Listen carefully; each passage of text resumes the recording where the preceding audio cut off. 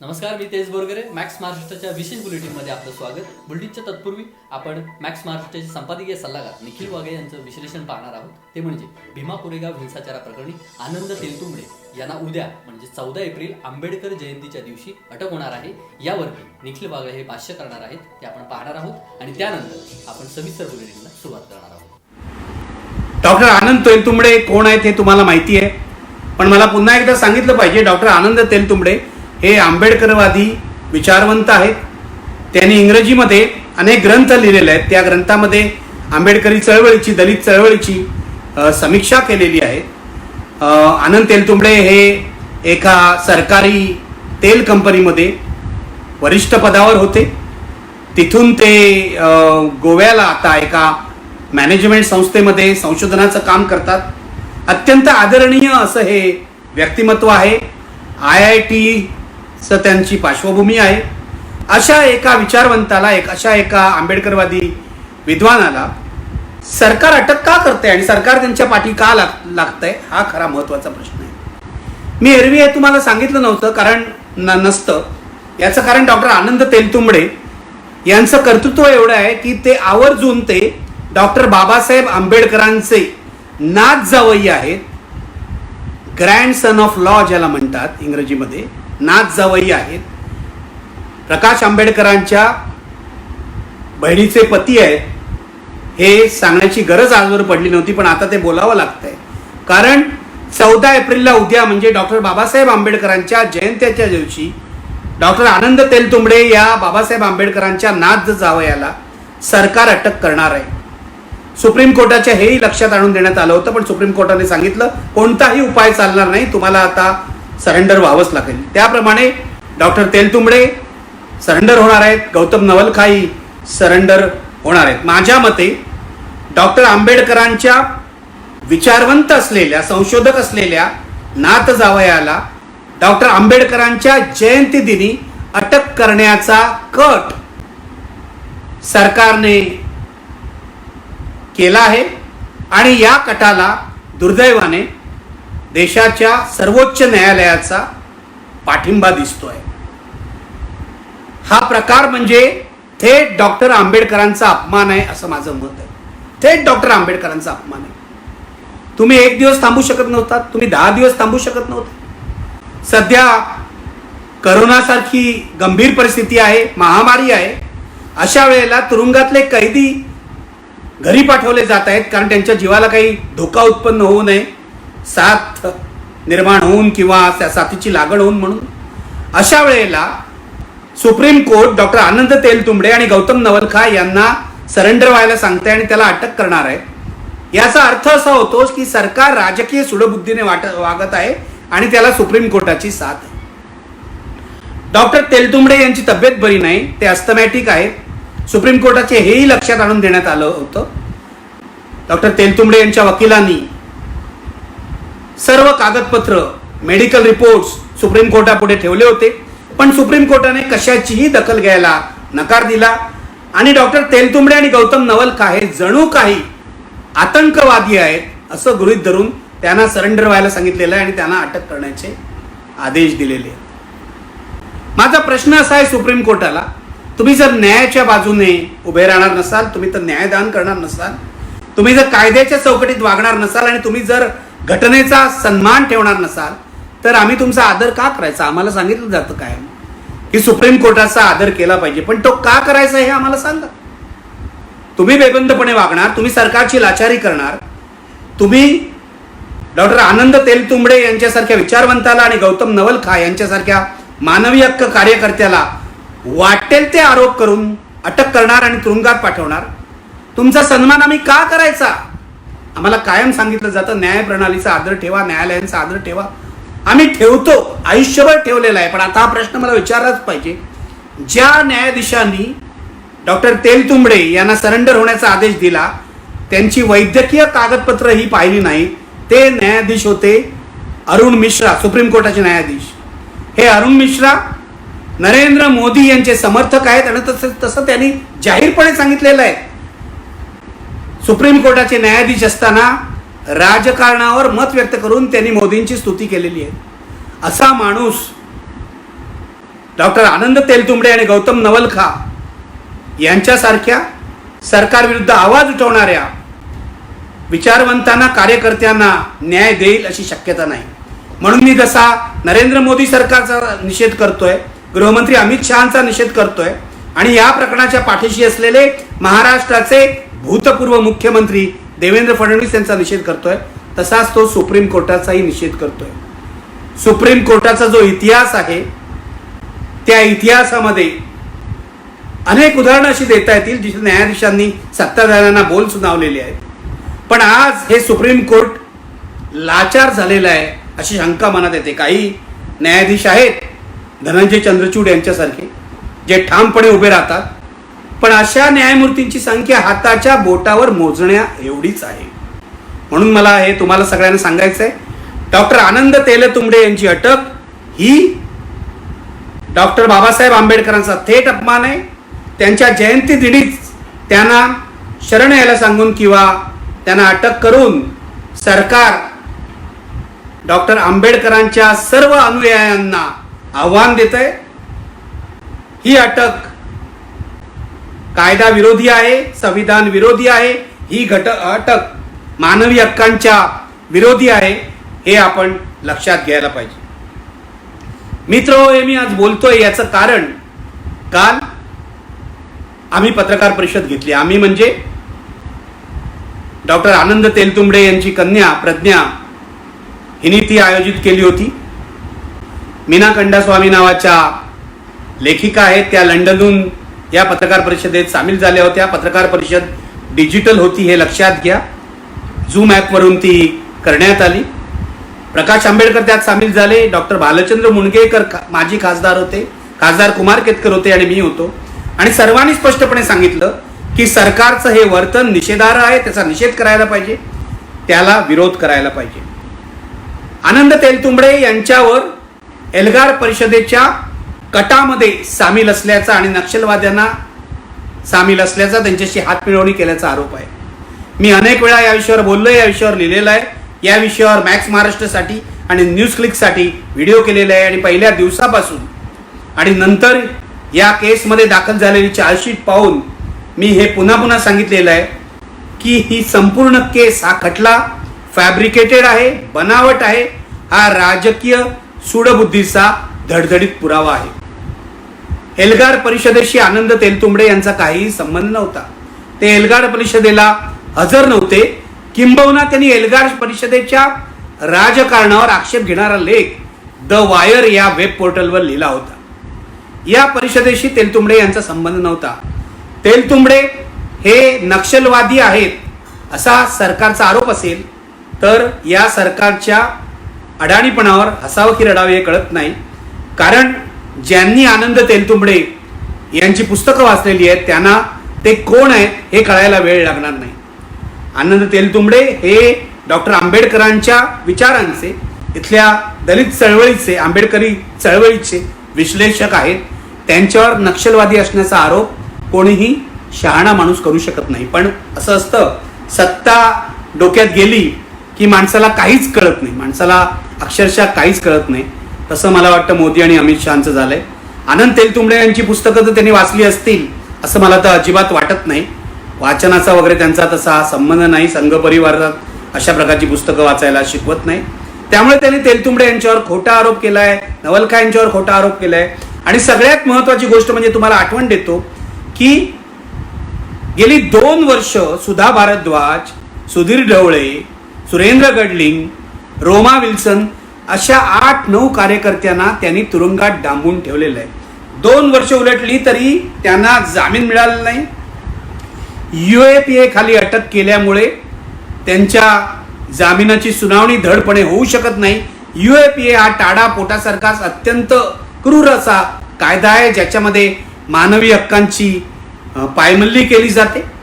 आणि हाच कायदा UAPA आता तेलतुंबडे आणि नवलखा यांना लावण्याचा विचार सरकार करत आहे. लक्षात घ्या, 1 जानेवारी 1918ला भीमा कोरेगावला जी काही हिंसक घटना घडली त्यामध्ये हिंदुत्ववादी गुंडांचा म्हणजे मनोहर भिडे आणि मिलिंद एकबोटे या दोघांचा हात होता असा आरोप झालेला आहे. यापैकी मिलिंद एकबोटेला पोलिसांनी अटक केली, तो तुरुंगात होता, त्याला आता जामीन मिळालेला आहे. हा मनोहर तथा संभाजी भिडे मोकाट फिरतोय, त्याला अटक करण्याची हिंमत गेल्या सरकारनेही दाखवलेली नाहीये आणि वाटेल ती बडबड करून अंधश्रद्धा पसरवून या सरकारने सुद्धा त्याला अटक करण्याची हिंमत दाखवलेली नाहीये. एकबोटे आणि भिडेला मोकाट सोडायचं आणि सुधा भारद्वाज, सुधीर ढवळे किंवा आनंद तेलतुंबडे, गौतम नवलखा यांच्यासारख्या कार्यकर्त्यांना अटक करायची, यामागे सरळ सरळ राजकीय षडयंत्र आहे. दंगल झाली 1 जानेवारी 2018, एल्गार परिषद झाली 31 डिसेंबरला. 31 डिसेंबरला जेव्हा एल्गार परिषद झाली त्याला पोलिसांनी परमिशन दिली होती, ती शनिवार वाड्यावर झालेली होती. शनिवार वाड्यावर डॉक्टर आंबेडकरांशी संबंधित काही परिषद झाली आणि तिने सवर्ण समाजाला आव्हान दिलं असं समजून पुण्यातल्या ब्राह्मणांनी या परिषदेला कडवा विरोध केला, पण तो विरोध धुडकावून ही परिषद घेण्यात आली. या परिषदेला प्रकाश आंबेडकरांपासून जिग्नेश मेवानीपर्यंत अनेक बडे नेते आंबेडकरी विचारांचे हजर होते. ही परिषद झाली आणि 1 जानेवारीला भीमा कोरेगावला हिंसेची घटना घडली. भीमा कोरेगावचा हिंसाचार, आज पुन्हा एकदा सांगतो, ही दंगल नव्हती, ही हिंदुत्ववादी गुंडांनी तिथे येणाऱ्या आंबेडकरी समाजावर हा केलेला हल्ला होता, हे लक्षात घ्या. पण या हल्ल्याचा योग्य तपास करण्याऐवजी पुणे पोलिसांनी ही एल्गार परिषदेची केस रचली, फॅब्रिकेट केली, बनावट केस तयार केली आणि ही केस जेव्हा सुप्रीम कोर्टात गेली तेव्हा बेंचमध्ये एकमेव असे न्यायमूर्ती होते, डॉक्टर धनंजय चंद्रचूड यांनी स्पष्टपणे म्हटलं की पुणे पोलिसांचं जे वर्तन आहे ते न्यायाला अनुसरून नाही, त्यांच्याकडून ही केस काढून घेऊन SIT नेमावी. पण ते संपूर्ण बेंचमध्ये अल्पमतात होते, एकटेच होते.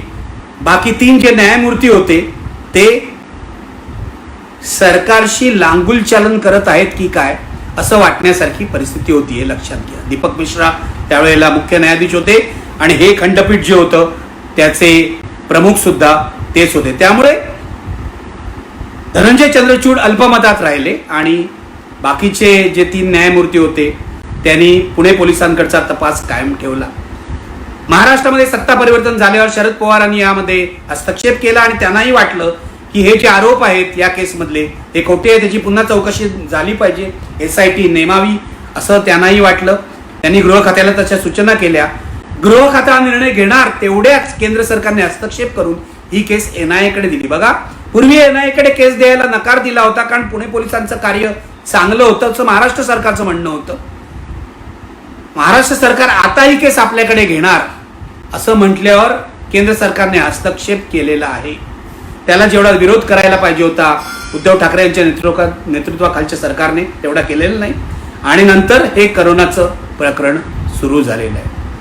माझं म्हणणं आहे, आनंद तेलतुंबडे यांना अटक करून हे सरकार आपल्या पायावर धोंडा पाडून घेणार आहे. मी मगाशी सांगितल्याप्रमाणे पंतप्रधान नरेंद्र मोदी, गृहमंत्री अमित शहा, माजी मुख्यमंत्री देवेंद्र फडणवीस आणि पुण्याचे बदमाश पोलीस या सगळ्याला जबाबदार आहेत. मी सुरुवातीला म्हटल्याप्रमाणे आनंद तेलतुंबडे यांच्या प्रकृतीला तुरुंगामध्ये काही धोका निर्माण झाला तर त्याची जबाबदारी सरकारची राहील, केंद्र सरकारची राहील, हे लक्षात घ्या.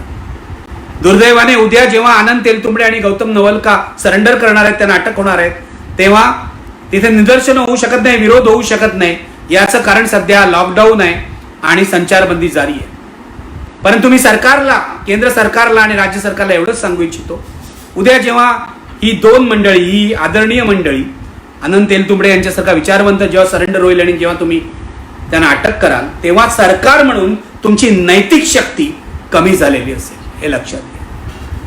याचं कारण लोकांनी जरी निदर्शनं केली नसली तरी आंबेडकर जयंतीच्या दिवशी एका आंबेडकरी विचारवंताला तुम्ही गजाआड पाठवणार असाल तर त्याचा निषेध प्रत्येक जण आपल्या घरात बसून आपल्या मनामध्ये करणार आहे. मनामध्ये त्या दिवशी सरकार विरुद्ध संतापाचा, असंतोषाचा वणवाच पेटणार आहे, हे विसरू नका. ही जी खदखद आहे ती उद्या मोदी सरकारला महाग पडू शकते. मी आज तुमच्याशी बोलतो याचं कारण आपण याविषयी जागरूक राहिलं पाहिजे. आधीच सुधा भारद्वाज यांच्यापासून 8-9 कार्यकर्त्यांनी तुरुंगात बांधलेल्या आहे. त्यांची केसही चालू होत नाही. फक्त चार्जशीट दाखल करण्यात आलेली आहे आणि केवळ UAPA सारखा पाशवी कायदा असल्यामुळे त्यांना बेलही मिळू शकत नाही.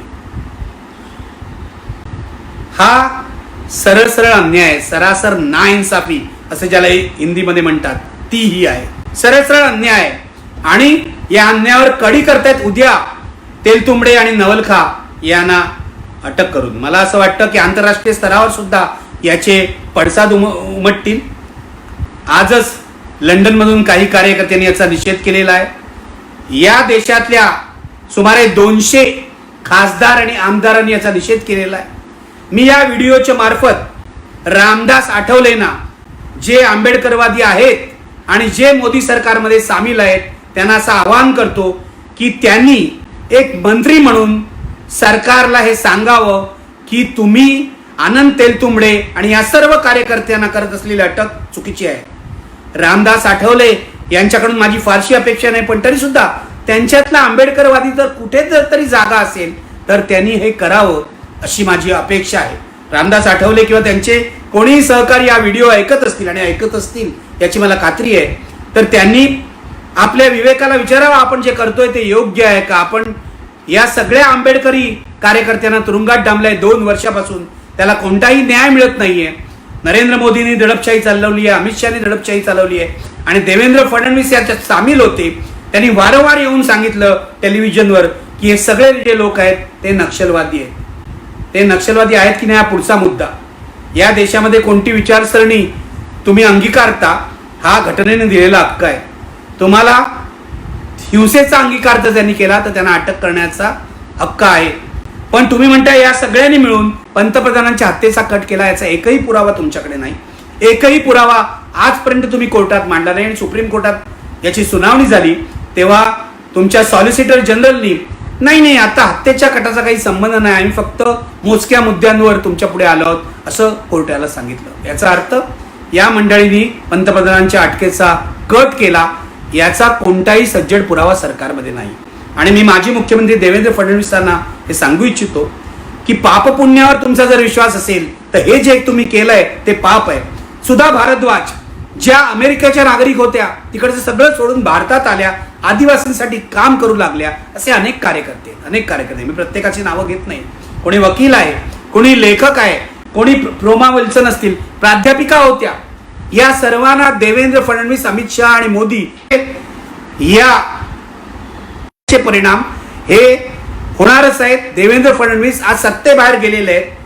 अशा तऱ्हेचे अत्याचार जर तुम्ही कराल निरपराध कार्यकर्त्यांवर तर त्याची किंमत तुम्हाला मोजावी लागेल, हे विसरू नका. त्याची किंमत 100% तुम्हाला मोजावी लागेल. म्हणून मी आज हा इशारा देतोय. यापुढेही मी विरोध करत राहीन. काल मी आनंद तेलतुंबडे यांच्याशी बोललो तेव्हा त्यांनाही सांगितलं की तुमच्यावर जो अन्याय होतोय त्या अन्यायाविरुद्ध आम्ही आवाज उठवू. तुम्हाला जो त्रास होतोय, वेदना होत आहेत त्यामध्ये आम्ही सहभागी आहोत. जर शक्य असतं तुमच्याबरोबर तुरुंगातही आम्ही आलो असतो, कारण तुमच्यासारख्या अतिशय प्रतिभावंत, अतिशय हुशार, अतिशय अभ्यासू अशा विचारवंतावर अशी दडपशाही सरकारनं करणं चूक आहे आणि हा सर्व नागरी स्वातंत्र्याचा अपमान आहे असं मला वाटतं. पण आनंद तेलतुंबडे यांच्याबरोबर तुरुंगात काय आपण जाऊ शकत नाही. पण तेलतुंबडे आणि इतर कार्यकर्त्यांना न्याय मिळावा म्हणून आपण पुढच्या काळात अगदी मनापासून प्रयत्न करू असं या क्षणाला आपण ठरवलं पाहिजे. उद्या डॉक्टर बाबासाहेब आंबेडकरांची जयंती आहे. जयंतीच्या दिवशीच येत होत आहे. मी पुन्हा सांगतो, या इतका डॉक्टर बाबासाहेब आंबेडकरांचा अपमान दुसरा काही नाही.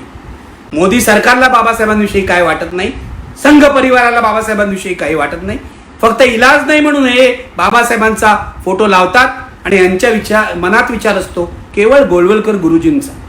बाबासाहेबांचे विचार यांनी मानले असते तर हिंदू राष्ट्राचा आग्रह सोडला असता. आज एका वेगळ्या पद्धतीने तेलतुंबडेंना अटक करून, बाबासाहेबांच्या नाच जावयाला अटक करून हे बाबासाहेबांचाच अपमान करताय.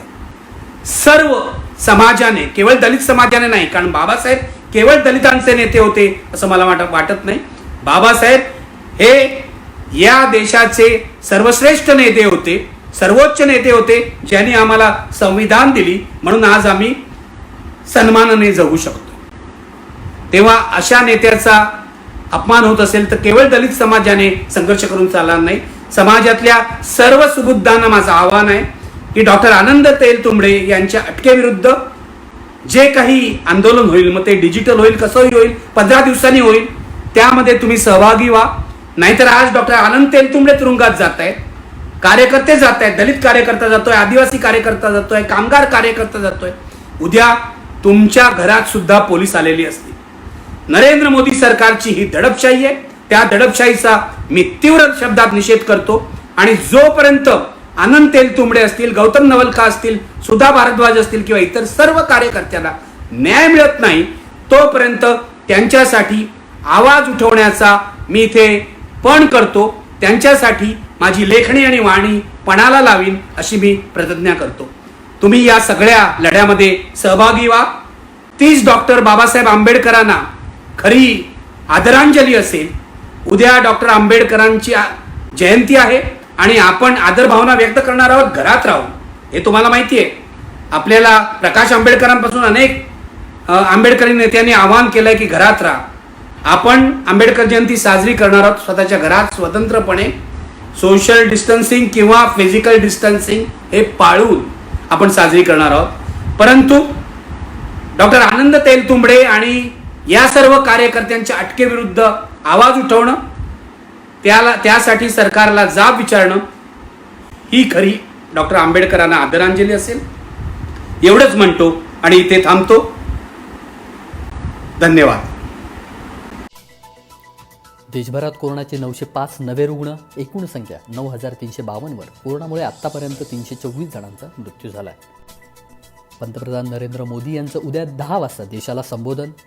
पंतप्रधान नरेंद्र मोदी मंगळवारी सकाळी 10 वाजता देशाला संबोधित करणार आहेत. यापूर्वी पंतप्रधान मोदी यांनी जाहीर केलेलं 21 दिवसाचं लॉकडाऊन 14 एप्रिलला संपत आहे.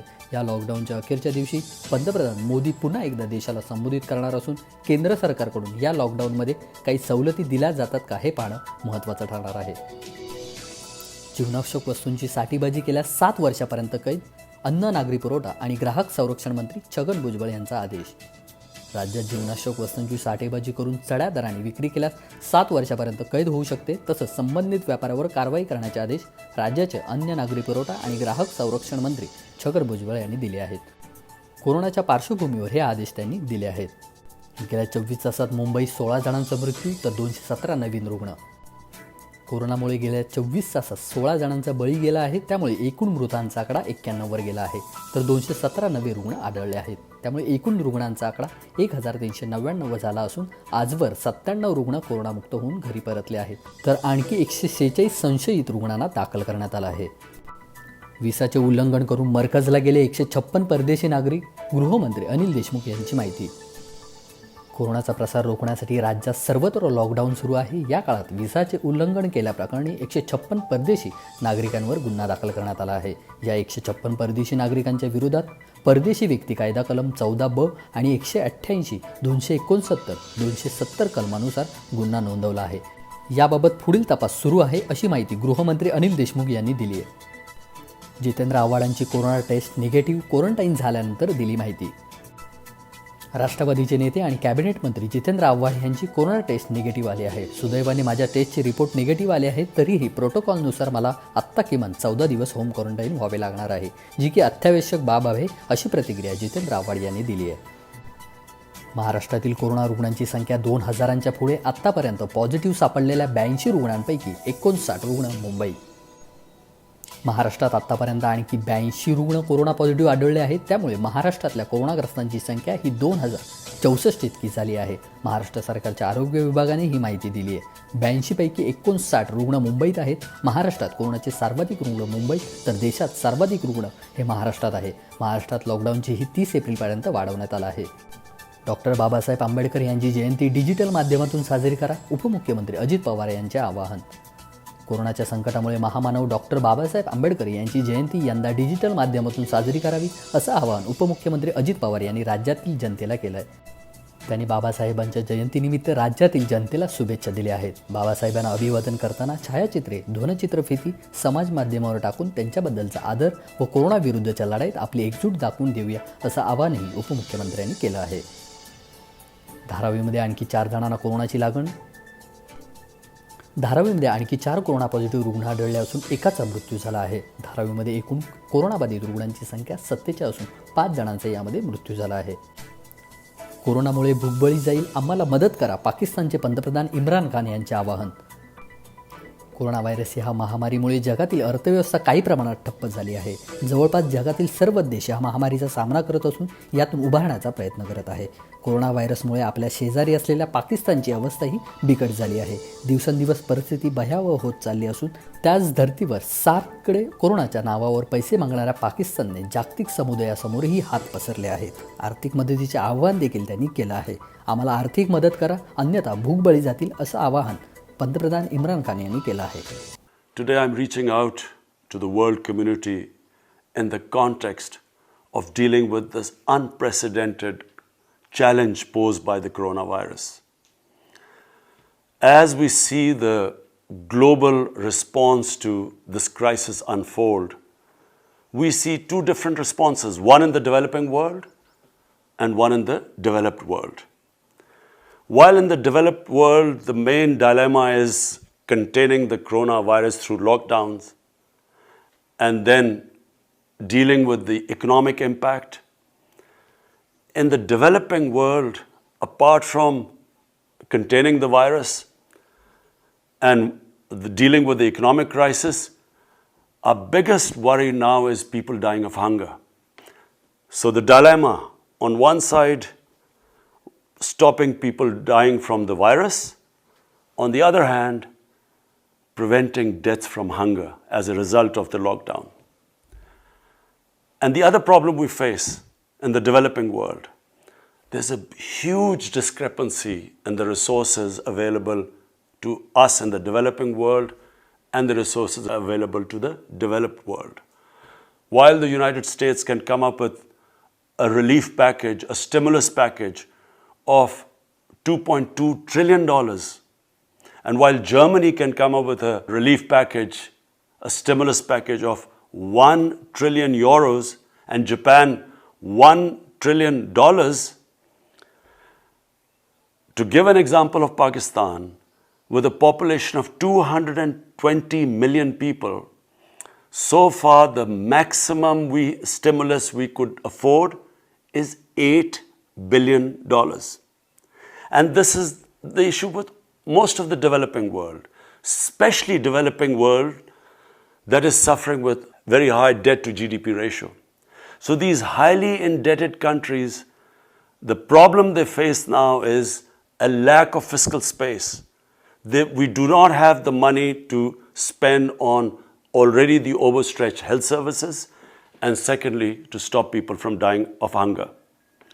Therefore, I will be appealing to the world leaders, to the heads of financial institutions, to the Secretary General of United Nations, to launch an initiative that will give debt relief to developing countries to combat the coronavirus.